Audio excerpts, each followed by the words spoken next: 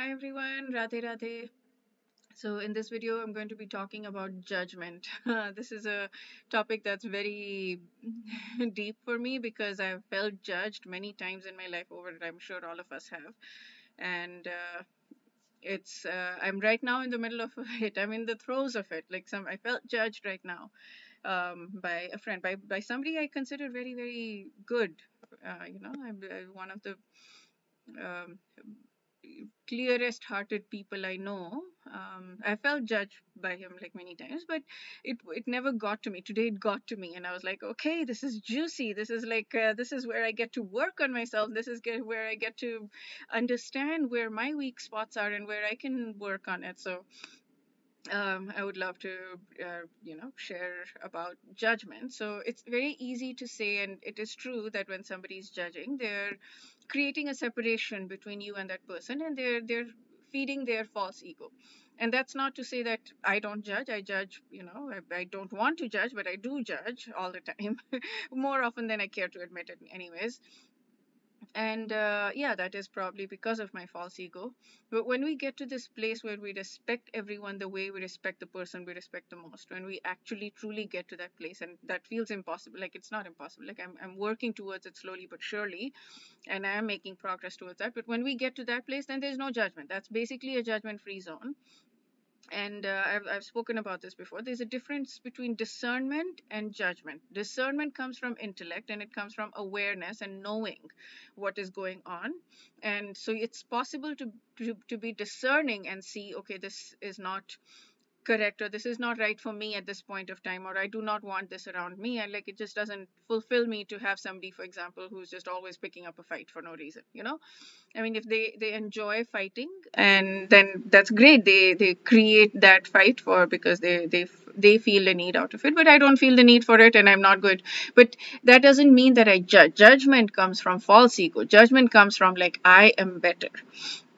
And so in that case, that is when we're creating a separation. We're like, no, that doesn't work. So a way to do it is just to simply tell the person, hey, I think you're picking a fight. I'm not interested in this fight, so I'm not going to be responding from now on. Whenever you pick a fight, I'm just going to tell you, hey, you're picking a fight, and I'm not playing. I'm not playing ball. You go play with someone else. You go find some other people that you want to play with. I'm not interested in picking a fight with you. If you want to have an intimate conversation, then I'm here. I'm there. But okay, so in the judgment situations where somebody does get under your skin, that happens because you are insecure about that thing yourself, and you are so it's that you don't want that to be true, and you're afraid that that's true, and that's why it hurts you. So in that situation, the way to handle it is just intellectually, at least first, understand that knowledge is like very, very crucial in this situation. Understand this is what is going on. I am getting affected by this because I am insecure within myself, because probably I believe what that person is saying to me. And then after that, you can just tell yourself, okay, is this actually true? Ask yourself, is this actually true? And breathe. Breathing, slowing down, meditating on a little bit, and being like, okay, what is it that is actually true for me? And if it is true, and if you feel that you're afraid that might be true, then that's okay too. Accept yourself, love yourself in that moment. Like, okay, fine, I have done this horrible thing, and this person's judging me for it. Let's say I have done this horrible thing, and this person's judging me for it. And that's okay. I admit, I understand that I've done this horrible thing, or I have these horrible thoughts, and I'm a human being, and I'm working towards it. And as long as I'm working towards it, as long as, like, until my dying breath, until the next lifetime, until whatever, until the moment I am working on myself to improve myself, I am golden. The moment I give up on myself and I'm like, okay, I do not want to, I don't think anything can happen. I don't like, and I don't think most of us would be in that situation, right? All of us want to improve, and we want to work on ourselves.